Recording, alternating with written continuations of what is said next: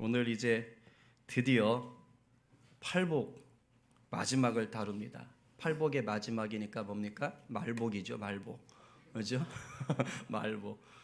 말복은 8월 16일이던데 우리 마지막 팔복을 다루는데, 자, 여기까지 말씀으로 인도하신 하나님께 정말 감사드리고, 또 오늘도 우리 풍성한 은혜와 깨달음을 부어주실 줄로 믿습니다.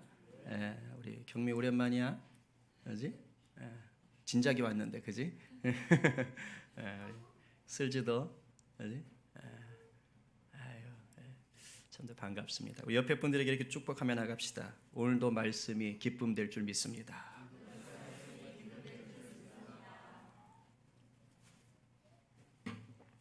그러실 줄로 믿지요. 네, 그래요. 한때 이런 말이 있었어요. 조용필은 제일 마지막에 나온다. 들어보셨어요? 무슨 뜻인지 아세요? 제일 유명한 가수는 처음이나 중간에 나오는 게 아니에요. 항상 마지막에 나와서 이 피날레를 멋지게 장식해 주지요. 그래서 한때 이 조용필 씨가 최고의 가왕 자리를 누릴 때 항상 코너 마지막에 딱 나오면 이제 막 다들 그냥 분위기가 확 올라가고 그랬습니다. 뭐든지 마지막을 멋지게 장식하려고 하는 게 이 사람의 마음이죠. 어떤 행사할 때의 마음이기도 하지요. 자, 이렇게 본다면 우리가 이 팔복의 마지막이다. 뭔가 이 8번째는 굉장히 멋진 것으로 장식이 되어야 될 것 같아요. 8번째 팔복은 대단한 게 좀 나왔으면 좋겠다, 이런 생각이 들어요. 뭐 예를 들면 우리 교회가 굉장히 이렇게 추구하는 거잖아요. 나와 친밀함을 누리는 자는 복이 있나니. 이거 얼마나 좋아요. 아니면 뭐 성령 충만한 자는 복이 있나니. 이건 더 좋네요. 벌써 막 팔복의 그 임팩트가 확 와닿지 않습니까? 이런 말들이 나와야 뭔가 이 팔복의 마지막을 멋지게 장식할 것 같아요. 그런데 예수님은 우리가 전혀 상상하지도 못할 말로 이 팔복의 피날레를 말씀하시는 겁니다. 얼핏 보기에는 해피엔딩이 아닌 것처럼 보여요. 뭐라고 하시는 거예요? 박해에 대해서, 이 핍박에 대해서 얘기를 하시는 겁니다. 실제로 예수님께서 이 박해라는 말을 하실 때에는요, 순교, 믿음 때문에 죽는 것까지를 각오해야 하던 시대였어요. 실제로 많은 사도들과 초대교회 성도들이 사자밥이 되기도 하고 찢겨 죽기도 하고 그런 순교를 많이 당했더랬습니다. 여러분, 박해가 복이라고 생각하세요? 만왕의 왕 되신 예수님을 믿는데 왜 우리 성도들이 박해를 받아야 합니까? 박해니 핍박이니 하는 것은 복이라기보다는 오히려 저주에 가깝지 않습니까? 그런데 예수님은 박해를 받는 자가 복이 있다고 이 8번째 마지막으로 말씀하시는 거예요. 그런 자들이 천국을 소유한다고 말씀하시는 거예요. 물론 여기서 말하는 박해는 조건이 있습니다. 10절에서 분명히 얘기하죠. 의를 위하여 박해받는 자. 여기서 의를 위한 것은 11절에 설명해 줬어요. 바로 나로 인하여, 즉 예수님 때문에 당하는 박해, 예수님 땅 때문에 당하는 핍박, 예수님 때문에 당하는 고난을 얘기하는 거예요. 주님을 위해서 박해를 받으면 그 사람은 천국을 소유하는 복을 누린다. 아니, 이미 복이 있는 것이죠. 그러니까 우리가 박해를 받아도 내가 뭐 잘못해서 범죄해서 그래서 뭐 고초를 당한다? 그런 거 아니에요. 내가 뭐 정치적인 문제 때문에 이게 연루돼 가지고 박해를 당한다? 그런 거 얘기하는 거 아닙니다. 여기서는 오직 예수 그리스도 때문에 당하는 박해를 얘기하는 거예요. 근데 그 박해받는 자가 누리는 복이 재미있어요. 천국을 누린다고 얘기하는 거예요. 그런데 이 8번째 복에 나오는 천국이 그들의 것임이라, 이거는 첫 번째에 나왔던 복하고 똑같아요. 한번 성경 보세요. 3절에 심령이 가난한 자는 복이 있나니 천국이 그들의 것이며. 유일하게 처음과 마지막 복이 똑같습니다. 무슨 말이에요? 팔복은 천국을 소유하는 것으로 시작해서 천국을 소유하는 것으로 끝나는 복이란 말입니다. 즉 하나님의 통치, 하나님의 보호, 하나님의 도우심 안에 있는 것이 참된 복임을 강조하고 있는 것입니다. 심령에 관하는 것이 뭐였어요? 하나님 없이는 살 수가 없습니다. 이것을 깨닫는 거잖아요.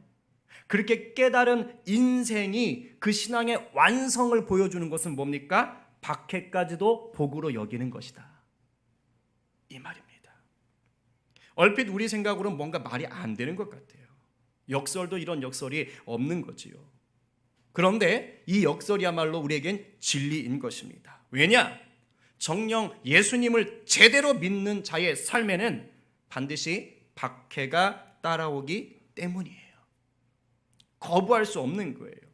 그래서 예수님도 친히 요한복음 15장에서 이렇게 말씀하셨어요. 같이 한번 읽어볼까요? 시작. 사람들이 나를 박해하였은즉 너희도 박해할 것이요. 예수님이 박해받았던 것처럼 너희도, 예수 믿는 너희도 박해받을 것이다. 예수님이 친히 말씀하셨어요. 아니 왜요? 왜 예수 믿는 우리가 박해를 받아야 하는 겁니까? 왜 예수님이 우리에게 이렇게 말씀하실까요? 그것은 우리의 문제가 아니라 세상에 문제가 있기 때문입니다.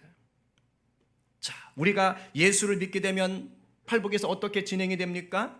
심령의 가난함을 통해서 하나님만이 나의 구원입니다 믿고 온전히 회개한다 그랬어요. 그러면서 온유함과 의에 목마르게 된다고 그랬지요. 그리고 이제 십자가의 사랑을 알았기 때문에 세상을 긍휼히 여기게 되고 깨끗한 마음으로서 세상과 화해케 하는 자가 되기 위해 노력하게 된다고 얘기했습니다. 문제는 뭡니까? 세상이 이러한 우리의 화해 요청을 거부한다는 거예요. 우리가 화해를 요청할 때 세상이 덥석 손잡아주지 않을 때가 많다, 이 말입니다. 왜요? 이 세상에는 완전한 심판이 아직 오지 않았기 때문에 뭐가 남아있어요? 거짓의 영, 대적의 영인 마귀가 우리 성도들의 사역을 방해한다는 것입니다. 그래서 우리가 아무리 예수님의 사랑을 가지고 화해를 베풀려고 해도 우리와 화목하게 되는 것을 싫어하는 자들이 분명히 존재합니다. 쉽게 말하면 우리와 화해하려고 하는 게 아니라 예수를 믿기 싫어하는 거예요. 예수님의 십자가를 통해서 죄를 사함받고 하나님과 화해되기를 원하지 않는 겁니다. 그만큼 그 심령이 교만하고 강팍해져 있는 자들이 여전히 존재하기 때문에 우리에게 박해가 찾아올 수밖에 없었던 겁니다. 2000년 전 화목제물로 오신 예수님도 거부했듯이 지금도 여전히 거부하며 박해하는 자들이 있는 거예요. 우리가 나가서 전도해보면 금방 알 수 있어요. 때론 인품이 좋고 성격도 좋은 사람인데 유독 예수 믿으라고만 하면, 교회 가자고만 하면 얼굴이 굳어지고 완고하게 거부하는 사람들이 있습니다. 실제로 제가 전도하러 갔을 때 당한 일들이에요. 아주 순하게 생긴 자매인데 어쩌면 경화의 제 제자였을지도 모르겠어요. 제가 전도지를 탁 주는데 갑자기 욕을 하면서 전도지를 휙 집어던지면서 가버리는 겁니다. 성질 같아서는 쫓아가서 그냥 할 성질은 안 되고요. 아니 예수 믿으라며 전도지 준 게 무슨 큰 잘못입니까? 그렇게까지 반응할 문제입니까? 아니잖아요. 저를 몇 번이나 봤다고. 처음 보는 사람인데 나이도 훨씬 많구만. 왜 그런 겁니까? 그 사람이 잘못된 게 아니라 그 사람 뒤에서 그 사람으로 하여금 예수 믿지 못하게 만드는 마귀가 복음을 거부하고 분노하게 만들기 때문이에요. 여러분 그런 경험해 봤어요? 때로는 학교나 직장에서 그렇게 내가 친절하게 대하고 성실하게 대하는데도 불구하고 단지 내가 예수 믿는다는 이유 하나만으로 나를 싫어하는 자들이 있을 수 있어요. 그런 경험 해보셨나요? 저는 군에 갔을 때 제 고참이 예수 믿는 사람들을 되게 싫어했어요. 근데 저는 약간 독종처럼 믿었거든요. 처음에 배치 받아가지고 교회 갈 사람 손을 신참인데 딱 들었잖아요. 세상에 깜짝 놀랐어요. 왜 다 저를 쳐다보는지 눈을 부릅뜨고. 근데 고참 하나 딱 오더니 요 녀석 봐라. 그런데 진짜인지 가짜인지를 가리겠대요. 기도해봐. 그 자리에서 기도했잖아요. 그랬더니 이게 진짜네. 그리고 보내줬어요. 이건 시작도 아니라니까요. 근데 이 중간 고참이 하나 있는데 제가 정경 출신이잖아요. 가끔 데모가 없을 때는 방범을 나가드렸습니다. 근데 이 방범을 그분하고 딱 걸리면 박해가 시작되는 겁니다. 경찰봉 아시죠? 그걸 머리를 톡톡 때리면서 네가 예수 믿냐? 진짜냐? 그것까지는 참을 수 있었어요. 그럼 진짜인지를 한번 보겠다. 그래 갑자기 방범 잡았을 때 접는 그 수첩과 볼펜이 항상 있거든요. 모나미 153 볼펜 그걸 딱 뽑더니 요 손가락 사이에 딱 넣어주는 겁니다. 볼펜 있으신 분들은 지금 실습해 보세요. 딱 넣어놓고 한번 보겠다. 그리고 요 끝을 눌러버리는 겁니다. 해보세요. 굉장히 아파요. 요 사이에 볼펜 딱 껴놓고 여기 꽉 눌러버리면 굉장히 아파요. 근데 그걸 기분 나쁘게 실실 웃으면서 해요. 그래서 자기가 한때는 예수 믿었다. 근데 이제 이렇게 상처받았던 거죠. 그래서 더 싫어하는 거예요. 얼마나 제가 갈 때마다 박해를 당했는지. 죄송합니다. 순교당하시는 분들도 있는데 하여튼 그랬어요. 그 사람이 나쁘다기보다는 그 사람 참 괜찮아요. 사람 진실하고 똑똑하고. 그런데 이상하게 예수 믿는 사람, 제대로 믿는 사람을 되게 싫어해요. 그래서 저희 소대 안에서도 한 2명 정도가 아주 고통을 당했습니다. 네, 그 고참이 제대하기 전날 또 하필 저랑 또 인왕산 근무를 나갔네요. 근데 그 고참이 그 얘기하더라고요. 넌 진짜다. 그리고 갔어요. 이런 사람들이 있어요. 그 사람이 잘못됐다기보단 그 사람 뒤에서 마귀가 역사하는 겁니다. 방해하는 거예요. 어떻게든지 믿음에서 떨어지게 만들려고 하는 겁니다. 마음을 굳어지게 만들고 눈을 멀게 만들고 그러는 거예요. 결국 성도가 이러한 일들 때문에 박해를 당할 수밖에 없습니다. 지금도 지구상에 적지 않은 곳에서는 유독 기독교를 박해하고 아주 끔찍하게 대하는 나라나 지역들이 있어요. 안타깝게도 이런 현상이 갈수록 줄어들지가 않아요. 초대교회는 유대 지역, 근동 지역만 해당됐지만 지금은 전 세계가 예외가 아니죠. 물론 우리나라는 이런 직접적인 박해는 없습니다. 북한이나 중동처럼 매를 맞거나 집이 불타버리거나 취직을 못하게 되거나 순교를 당하는 그런 박해는 우리나라는 없어요. 하지만 잘 들으세요. 소위 자본주의나 민주주의 사회는 아주 교묘하고 조직적인 박해가 이 교회와 성도들에게 가해지고 있습니다. 폭력적이진 않지만 인권이라는 이름으로 또는 법이라는 이름으로 문화라는 이름으로 박해가 가해지고 있어요. 이런 일들이 어떤 식으로 드러날 수 있는지 제가 한 가지 예를 요즘 한창 이슈가 되고 있는 것을 가지고 설명을 드리겠습니다. 중요한 문제예요. 여러분들 분별력 있게 들으셔야 됩니다. 미리 말씀드리면 저는 진보도 보수도 다 될 수 있어요. 진보로 치우친 것도 아니고 보수로 치우친 것도 아닙니다. 때로는 진보이기도 하고 때로는 보수이기도 하니까 여러분들 성향 가지고 저를 판단하지 마십시오. 여기서는 제가 말씀이 인도하는 대로 하는 거니까 정치적인 색깔을 좀 빼놓고 들으시기 바랍니다. 여러분들 혹시 국가인권정책 기본계획이라는 거 들어보셨어요? 들어보신 분이 거의 없군요. 영어로는 NAP라고 합니다. 잘 모르실 거예요. 굉장히 중요한 이슈인데 여러분들은 잘 모르실 거예요. 혹시 문자로 이렇게 오는 거 못 받으셨어요? 청와대 가서 청원을 하신 분들이나 봤는데 못 받으셨군요. 차별금지법은 들어보셨습니까? 차별금지법? 아마 좀 들어보셨죠? 이 차별금지법의 전 단계에 해당됩니다. 이 국가인권정책 기본계획이라는 게 다 잘못된 건 아닙니다. 그런데 성경적으로 비춰볼 때 아주 위험한 계획들이 그 안에 들어가 있어요. 그래서 얼마 전에도 기독교 단체들이 그것을 아주 극구 반대하고 난리를 쳤습니다. 아마 다음 주 정도에 다시 문재인 대통령께서 그 부분에 대해서 뭐 처리를 하신다고 해서 계속 지금 반대를 하고 있는데, 제가 거기 아주 정확하게 아는 사람은 아니지만 그래서 자료를 좀 먼저 말씀드리고 사례를 말씀드릴게요. 어떤 식으로 우리 같은 사회 속에 박해가 일어나는지를. 국민일보에 8월 1일자 기사가 하나 있는데, 한국교회 법학회 회장이라는 분이에요. 서헌재라는 분이 글을 올렸습니다. 제가 그걸 그대로 인용해서 먼저 좀 말씀을 좀 드리겠습니다. 그냥 쭉 읽어드릴 테니까 잘 들어보세요.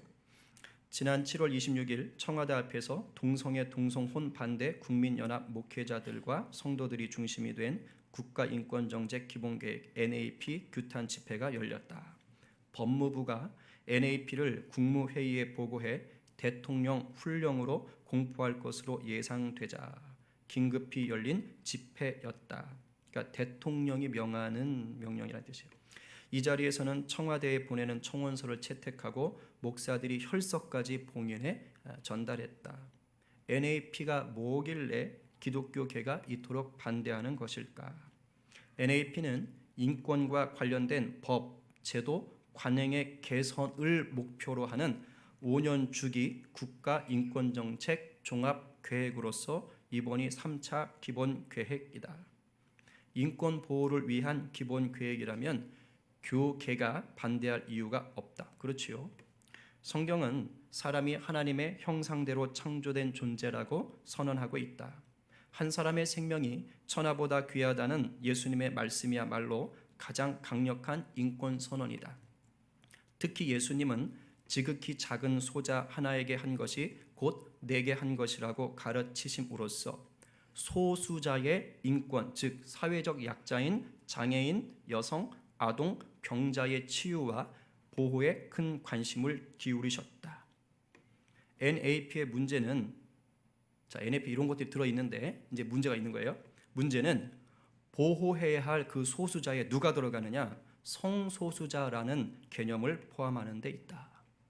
이는 사람을 남자와 여자로 창조하시고 이들의 결합을 통해 생육하고 번성하도록 하신 하나님의 창조 질서에 도전하는 것이다. 이해하고 계시죠? NAP에 따르면 성은 태생으로 주어지는 생물학적인 성이 아니라, 즉 남자, 여자 요것이 아니라 임의로 선택하는 사회적인 성으로 간주된다. 젠더라는 말을 씁니다. 이는 결국 동성애 조장과 동성결혼 합법화로 이어지게 된다. NAP는 궁극적으로 차별금지법을 제정함으로써 법적 강제성을 갖는 것을 목표로 하고 있다. 자, 지금은 그냥 훈령인데 나중엔 법을 제정하려고 한다는 겁니다. 그렇게 되면 양성평등을 기초로 한 현행 법제도는 근본적으로 흔들릴 뿐 아니라, 지금은 양성평등이에요. 남자와 여자는 평등하다. 요겁니다. 자, 요게 흔들린다는 거예요. 흔들릴 뿐 아니라 동성애가 성경에 반한다, 잘못됐다라고 설교를 교회 강단에서 하거나 동성결혼 주례를 거부하는 목회자들은 모두 민법 형사적 책임을 지게 될 것이다. 이는 차별금지법을 시행하고 있는 나라에서 볼 수 있는 엄연한 현실이다. 이미 그런 것을 시행하는 나라들이 있다 이 말입니다. 이 같은 시도가 처음은 아니다. 얼마 전 대통령이 발의한 개헌안에도 이런 내용이 있었고 수차례 차별금지법 입법 시도도 있었다. 그러나 우리 사회의 건전한 가치관을 지키려는 국민들과 교계의 노력으로 입법을 저지했다. 그러자 법무부를 앞세운 이른바 진보 세력들은 NAP를 통해 우회적으로 이를 달성하려고 하고 있다. 선거로 중앙정부에 이어 지방정부까지 장악한 이들은, 이런 표현은 조금 약간 편향된 것 같아요. NAP를 내세워 각 부처와 지방자치단체의 훈령 또는 인권조례 안에 그들의 편향된 가치관을 주입할 것이다. NAP와 차별금지법은 동성애를 조정할 뿐만 아니라 우리나라 헌법과 교회 헌법이 보장하는 종교의 자유와 양심의 자유를 위협한다는 더 큰 문제도 안고 있다. 예를 들면 신천지 이단입니다라고 말하면 법에 걸리는 거예요. 이 차별금지법이 나와버리면 교회에서 그런 말 못하는 겁니다. 웨스트민스터 신앙고백은 양심을 주재하는 이는 하나님뿐이시다. 그러므로 누구든지 신앙에 대해 속박을 받지 않고 그 양심대로 할 권리가 있으니 아무도 남의 양심의 자유를 침해하지 못한다고 선언하고 있다. 차별금지법은 기독교인에게 양심에 반하는 행위를 강요한다. 하나님은 거룩한 남녀의 결합으로 세워진 가정을 통해 그분의 나라를 이 땅에 이루려 하신다. NAP가 하나님께 대항해 가정을 파괴하고 신앙의 양심을 박해하는 악한 도구로 전락되지 않도록 한국 교회가 기도하고 힘을 모아야 할 때이다. 자, 여기까지가 그분이 쓴 그대로 제가 읽어드린 겁니다. 자, 청와대에서는 지금 이렇게 얘기하고 있어요. 동성애를 합법화할 생각은 없다. 단지 국제사회가 인정하는 수준에서 동성애자의 인권을 보호할 것이다. 이렇게 얘기는 하고 있습니다. 근데 다른 나라들도 이런 식으로 진행을 했어요. 그렇게 가다가 차별금지법을 통과시켰다 이 말입니다. 그렇게 통과시킨 여러 국가나 자치지역들이 지금 어떻게 되어 있느냐? 아주 심한 몸살과 혼란을 앓고 있어요. 이런 일이 우리나라라고 예외가 아니라는 거예요. 법무부가 이번에 내놓았던 이 NAP에 무려 성평등이라는 단어가 27번이나 들어가고 있습니다. 그만큼 자기들이 의지를 가지고 추진하려고 하는 겁니다. 아까 말했듯이 이 성평등은 양성평등이 아니에요. 사회적 성평등인 겁니다. 그럼 이게 실행되면 어떤 일이 벌어지느냐? 잘 들으세요. 저도 깜짝 놀랐어요. 여러분들이 아는 건 남성과 여성 두 개밖에 없죠. 또 다른 성 아세요? 그런데 저도 깜짝 놀랐습니다. 무려 50여 가지의 성이 있답니다. 남성, 여성 말고 50여 가지의 성이 있대요. 그걸 인정해버리는 거예요. 제가 설교 준비하려고 자료를 찾아봤어요. 안드로진이라는 말 들어보셨어요? 안드로진? 한 인격체 안에 어떤 남자든지 어떤 여자든지 한 인격체 안에 남성과 여성이 다 있는 겁니다. 내 안에는 남성도 있고 여성도 있어. 그래서 이 사람은 자기가 남자이기도 하고 여자이기도 한 거예요. 둘 다 있다고 생각하는 거예요. 이런 성이 있는 거예요. 또 어떤 성은 중성. 이건 남성과 여성이 섞여 있다는 거예요. 무성도 있어요. 심지어 나는 아무 성도 없어. 이것도 성이랍니다. 태국에서는 카토이라는 말이 있대요. 태국에 성전환 수술한 적이 많지요. 아마 관광 갔다 오신 분들은 알 거예요. 우리는 그들을 남자가 성전환 수술을 해서 여자가 됐어, 또는 여자가 성전환 수술을 해서 남자가 됐어, 이렇게 말하잖아요. 근데 지금 이 카토이라는 말은 뭐냐면 그냥 우리는 우리다, 제3의 성으로 인정해달라 이겁니다. 그래서 이미 인정하고 있대요. 성전환 수술을 한 사람으로서 새로운 성을 갖는 겁니다. 남성, 여성, 카토이 이런 식이 되는 겁니다. 이렇듯 우리는 생각하지도 못했던 성들이 무려 50여 개가 지금 있대요. 점점 더 늘어나겠죠. 거기다 더 문제는 뭐냐? 이건 제 의견을 얘기하는 게 아니에요. 있는 자료를 말씀드리는 거예요. 누구나 이 50여 개나 되는 사회적인 성을 내 마음대로 선택할 수 있는 겁니다. 바꿀 수 있어요. 오늘은 이거, 내일은 저거. 바꿀 수가 있는 거예요. 내가 생물학적으로는 남성이지만 원하면 여성이 될 수도 있고 중성이 될 수도 있고 무성이 될 수도 있는 겁니다. 다 내 마음대로예요. 그럼 이게 실제로 일어나고 있느냐? 예, 있습니다. 호주는 지금 세계 최초로 남자도 여자도 아닌 제3의 성을 공식 인정했어요. 그래서 출생 증명서에 성별란에 제3의 성을 기록하는 난이 있습니다. 그리고 2011년부터는 여권 성별란을 적는 것에 제3의 성을 표기할 수 있게 만들었대요. 저는 아직 보지 못했어요. 독일도 유럽에서 제3의 성을 제일 먼저 인정했습니다. 2013년 11월부터는요. 어떤 일이 벌어지냐면 아기가 태어나잖아요. 그럼 부모님이 얘가 남자인지 여자인지를 기록하지 않아도 돼요. 나중에 애가 커가지고 자기가 기록하게 하면 돼요. 왜? 부모님은 얘가 태어났는데 남자야. 근데 애가 커가지고 나 여자 할래 할 수 있다는 거예요. 또는 제3의 성을 얘기할 수 있다는 거예요. 놔둔답니다. 결국 이렇게 되면 어떤 문제가 생기는 겁니까? 동성 간의 성관계라든가 결혼이, 동성혼이 법적으로 보호받는 거예요. 가장 황당한 사건 하나 얘기해 드릴까요? 이런 일이 벌어지면 목욕탕 가서 난감해집니다. 지금 우리 여자 목욕탕에 남자 들어가면 돼요, 안 돼요? 잡혀가죠? 이게 통과되면 못 잡아갑니다. 여자 목욕탕에 남자가 싹 들어갔어요. 어머! 왜 그랬어요? 저 여성이에요. 이러면 법적으로 문제가 없는 거예요. 실제로 자기가 그렇게 법적으로 바꿔놨으면 이런 일들이 벌어질 수가 있는 것입니다. 이런 식으로 해서 차별금지법이 통과되면 어떻게 되겠습니까? 제가 이렇게 설교단에서 동성애가 죄입니다, 동성혼은 잘못됐습니다 라고 설교하면 벌금을 물거나 감옥에 가야 한다 이거예요. 뭐지요? 박해가 가해지는 겁니다. 이것이 잘못이라고 말하는 모든 성도들에게 법적인 박해가, 물질적인 박해가 가해지는 거예요. 설마 이런 일까지 이루어지겠는가? 실제로 이런 일들이 벌어지고 있다니까요. 2016년에 미국 뉴욕시에서는 31개의 사회적인 성을 공표했습니다. 그래서 법으로 이렇게 정해놨어요. 누군가가, 어떤 사람이 내가 설정한 사회적인 성을 듣고 싶어요. 근데 그 사람에게 그 사람이 원하는 성대로 불러주지 않을 경우 지속적으로, 그러면 벌금을 25만 달러를 물게 돼요. 우리나라 돈으로 2억 7천만 원입니다. 제가 남성이에요. 근데 난 여성을 하고 싶어요. 그래서 여성의 성을 만들었어요. 근데 예를 들면 누굴 찍을까? 우리 상준이가 휴가 났으니까 상준한테 저를 날 여성으로 불러줘. 여기 얘기했는데 상준이가 목사님 미치신 거예요? 목사님은 남성이십니다.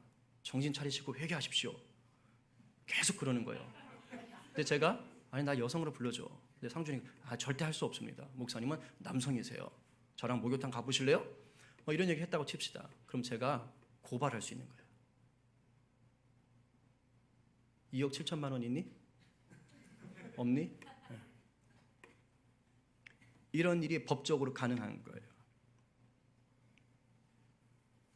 작년에 2017년에 캐나다 온타리오 주에서 어떤 법이 통과됐냐면 부모가 자녀에게 자녀가 동성애 성향이 있거나 성전환 수술을 하려고 하는 거예요.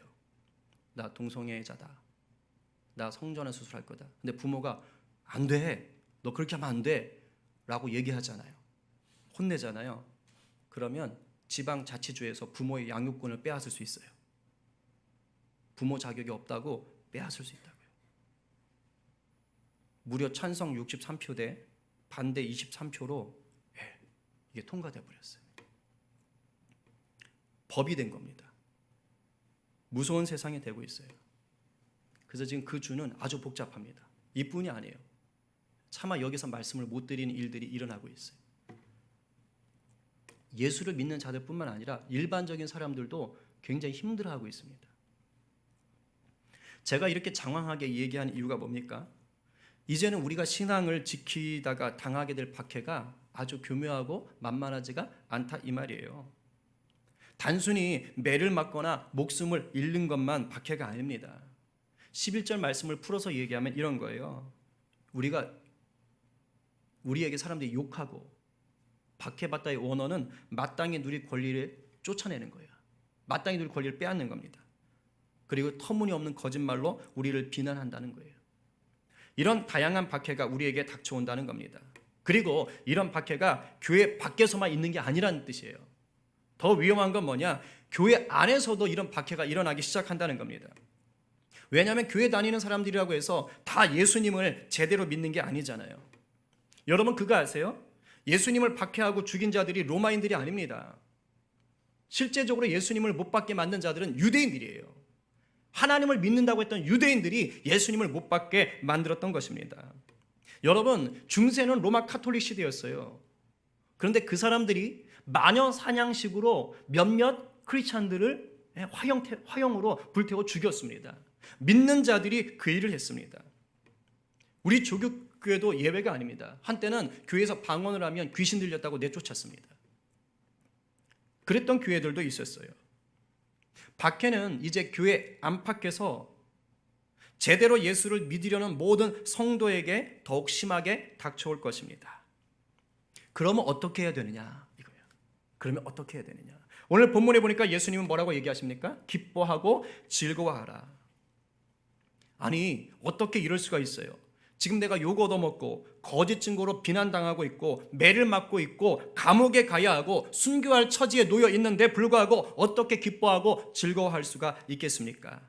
그 이유는 이 세상이 전부가 아님을 알기 때문이에요. 명심하세요. 이 세상이 전부가 아니에요. 이 세상과는 비교할 수도 없는 천국이 있다는 것을 성도는 알기 때문입니다. 오늘 본문에서 뭐라고 해요? 천국을 이미 소유한 자다 이렇게 얘기해요. 그리고 이 천국에서 누릴 뭐가 있다는 걸 알아요? 상이 있다는 것을 아는 것입니다. 제가 간단하게 이런 예화를 말씀드려 볼까요? 지난 2, 3주 동안 굉장히 더웠어요. 언론에서는 재난 수준의 폭염이라고 얘기했습니다. 특히 그 어느 곳보다 우리 교회 앞마당은 더 뜨거워요. 와, 제가 그래서 우리 교회 앞마당에 별명을 붙였어요. 추자리 사하라 사막. 정말 이 목양실에서 화장실을 갔다 오는 그 길이 녹아버릴 것 같아요. 목양실 손잡이 잡아보셨어요? 한낮에? 와, 정말 뜨거워 못 잡아요. 그렇죠? 문 열고 안쪽 철판에 손을 대도 계란 후라이를 해먹을 정도예요. 굉장히 뜨겁습니다. 자, 그런데 누가 저에게 와서 이러는 거예요. 상상해 봅시다. 목사님께서 이 여름 두어 달 동안 매일 낮에 낮도 아니야, 한 10시부터 뜨겁죠. 10시부터 5시까지 땡볕에 서 계셔 보세요. 그냥 서 계세요. 견디세요. 그 말을 들으면 제가 견딜까요? 제가 그 말에 상처받고 아마 쓰러져 죽을지도 몰라요. 이제? 그런데 그런 거 없이 누군가 저에게 와가지고 목사님, 저 앞마당 추자리 사하라 사막의 한가운데 서서 딱 1분만 버티세요. 딱 1분만 버티시면 제가 저 불가마 사우나 같은 목양실이 아니라 사계절 내내 적정 온도를 유지할 수 있는 최신식 멋진 목양실을 선물로 드리겠습니다. 누가 이랬다고 해봅시다. 그렇죠? 자, 그러면 제가 그 1분을 버틸까요? 안 버틸까요? 1분이 뭡니까? 1시간도 버텨요. 아직 1시간. 저 1시간, 2시간은 좀 힘든데 1시간 버틸 수 있어요. 왜 버틸까요? 뭘 알고 있어요? 상급. 상급이 있음을 알기 때문에 저는 그 1분 버틸 수 있어요. 제가 이 1분이라고 얘기하는 이유가 있어요. 우리가 이 세상에서 당하는 박해가 이와 같은 거예요. 즉 장차 천국에서 살게 되는 이 영원이라는 시간과 비교해 보면 우리가 이 세상 살면서 당하는 박해는 기껏해야 1분도 안 돼요. 눈 깜짝할 만한 순간밖에 안 된다는 거예요. 결국 우리가 이 땅에서 이 찰나의 박해를 견디면 그 다음에 뭐가 있다? 영원한 기쁨, 영원한 상이 우리에게 있는 줄 믿으시기 바랍니다. 성도는 바로 이러한 천국의 상을 아는 자들인 거예요. 물론 오해하시면 안 돼요. 존 스토트 목사님이 이런 말씀을 하셨어요. 이 상은 공로에 대한 보상이 아니다. 상을 주신다는 이 약속은 십자가 은혜로 값없이 주어지는 것이다. 쉽게 말하면 우리가 박해를 당했기 때문에 하늘의 상급이 그 보상으로 주어지는 게 아니라 이 말이에요.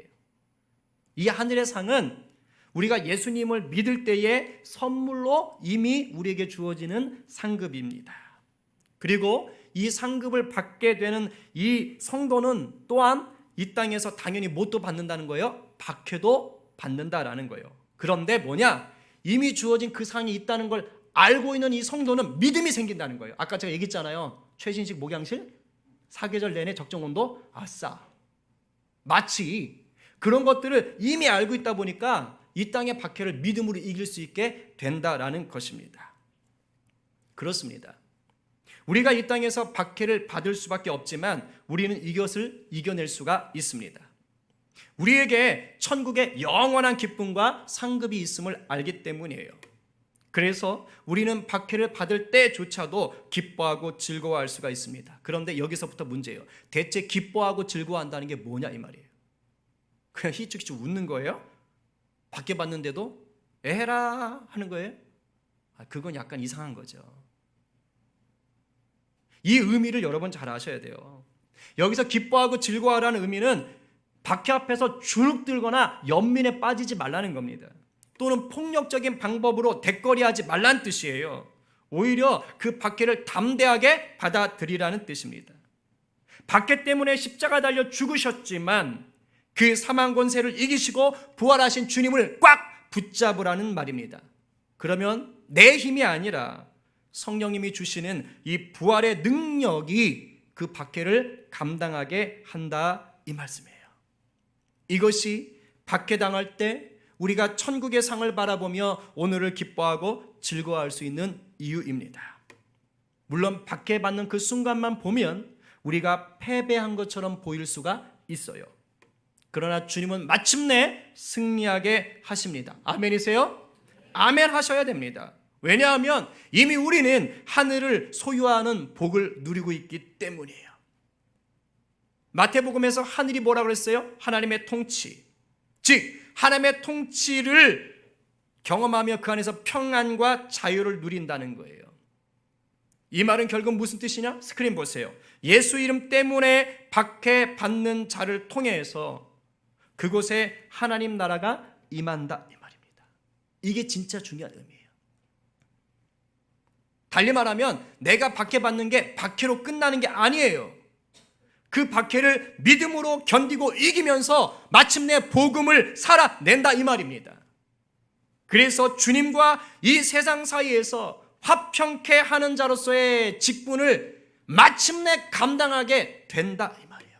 저게 바로 기뻐하고 즐거워한다는 의미인 것이에요. 여러분, 그렇기 때문에 예수님을 진짜로 믿는 자에게 박해는 선택의 문제가 아닙니다. 오히려 박해는 예수님의 참단 제자라는 증거예요, 증거. 아우크스부르크 신앙고백 기초 제안서에 이런 말이 있어요. 교회는 복음을 위해 핍박받고 순교당하는 사람들의 공동체다. 박해 없이 참된 복음이 없다 말입니다. 우리는 박해를 받을 수밖에 없어요. 북한이 아니어도 이슬람 국가가 아니어도 우리에겐 박해가 찾아옵니다. 여러분들 믿지 않는 가정에서 박해 받을 수 있어요. 직장이나 학교에서 박해 받을 수 있어요. 믿는다고 하는 공동체 안에서도 진짜 신앙을 가지지 못한 자들이 기득권을 붙잡으면, 힘을 갖게 되면 진짜 신앙인이 핍박받을 수 있어요. 아까 얘기했던 것처럼 국가 인권정책 기본계획이나 차별금지법처럼 인권보호나 민주주의를 가장한 박해가 찾아올 수 있습니다. 오해의 소지가 있어서 다시 말씀드려요. 또 괜히 고발하지 마세요. 국가인권정책 기본계획이나 차별금지법의 모든 내용이 잘못되었거나 악법이란 말이 절대 아닙니다. 마귀는 그렇게 머리가 나쁘지 않아요. 만약에 누가 봐도 다 나쁜 법이면 예수 안 믿는 사람들도 그 법을 통과시키지 않습니다. 대부분의 내용들은 우리 기독교인이 봐도 수긍할 만한 좋은 것들이에요. 그런데 그 중에 일부가 아주 치명적으로 위험한 겁니다. 여러분 혹시 그라목손이라는 제초제 아세요? 들어보셨나요? 이게 맹독성이라 2013년 13년부터는 못 쓰게 해놨대요. 이게 불법이에요, 이거 쓰면. 근데 그 전까지는 우리 농가에서 많이 썼대요. 왜냐하면 일단 싸요. 근데 효과는 굉장히 좋은 거예요. 손으로 제초 작업하는 거에 150배의 효과가 있답니다. 어느 정도인지 아시겠죠? 달리 말하면 독하다는 얘기예요.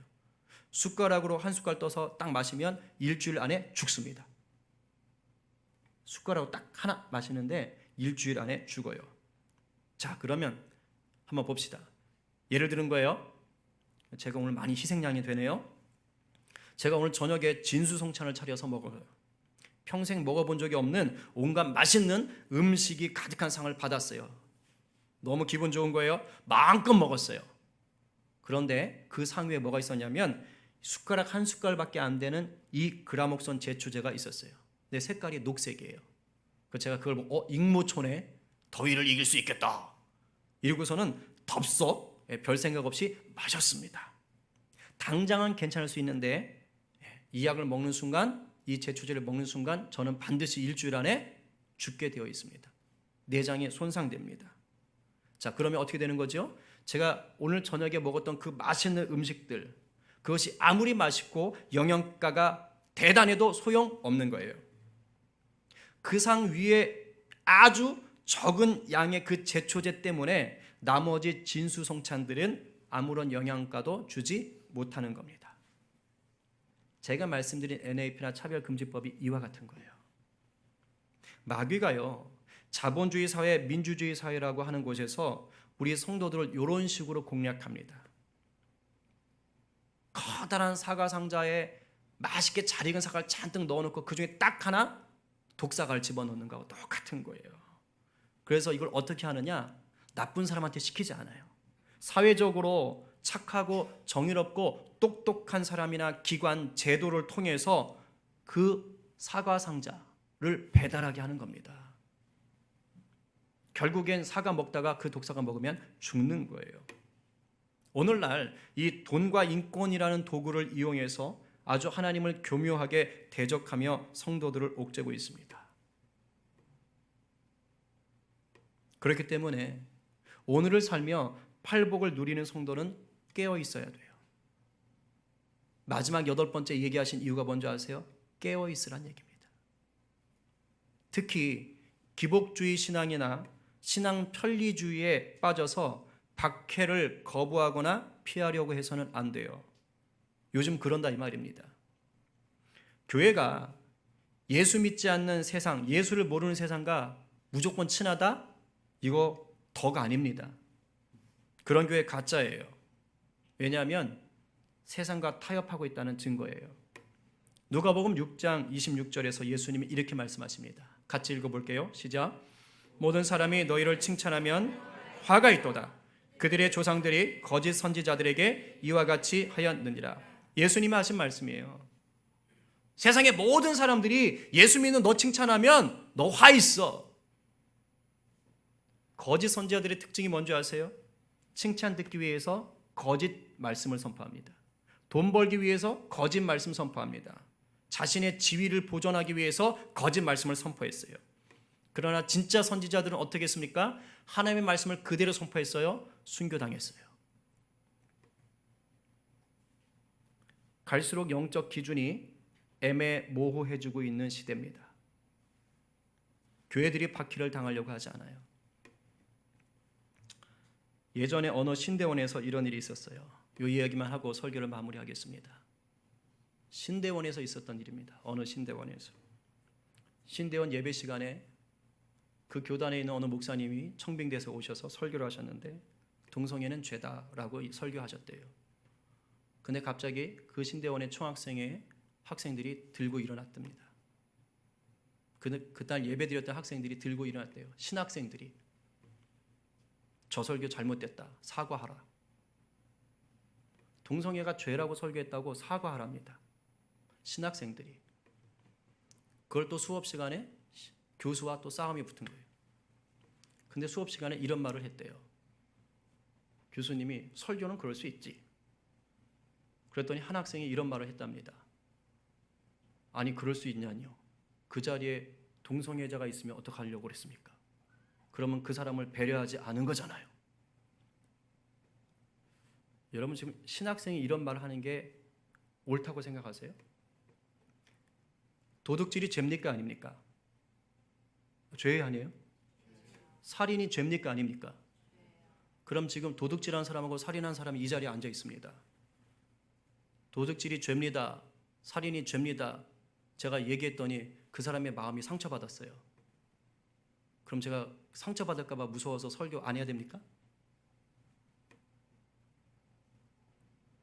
이런 일이 신학교 안에서 벌어지고 있어요. 영적 기준이 모호해지는 시대 속에 있습니다. 동성애는 죄입니다. 그러나 그 사람은 돌이켜야 되는 거예요. 우리가 사랑해야 할 대상과 우리가 죄로서 보고 끊어내줘야 될 것은 별개 문제예요. 이 시대가 아주 위험한 시대가 되어가고 있습니다. 그리고 그런 것들 때문에 피해 보려고 안 해요. 결국 그 목사님이 그 신학교에 사과했답니다. 공식적으로. 왜요? 복잡해지기 싫은 거예요.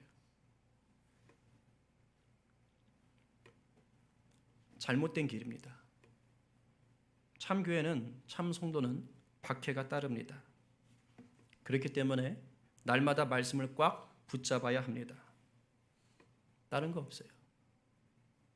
성경 제대로 읽으시고 건강한 교회에서 신앙생활 하셔야 돼요. 그리고 힘써 기도하세요. 왜요? 영적 분별력이 기도할 때 생깁니다. 기도하셔야 영적 분별력이 생기고 성령의 능력이 들어오는 거예요. 안 그러면 박해 앞에서 썩은 나무처럼 픽픽 쓰러집니다. 우리 모두가 이 천국의 상이 크다는 것을 아는 예수님의 참 제자가 되시기를 간절히 축원합니다. 그래서 여러 가지 모양의 박해가 닥쳐올 때 말씀과 기도의 능력으로 이겨내시고 하늘의 기쁨과 즐거움을 누리게 되기를 주님의 이름으로 간절히 축원합니다.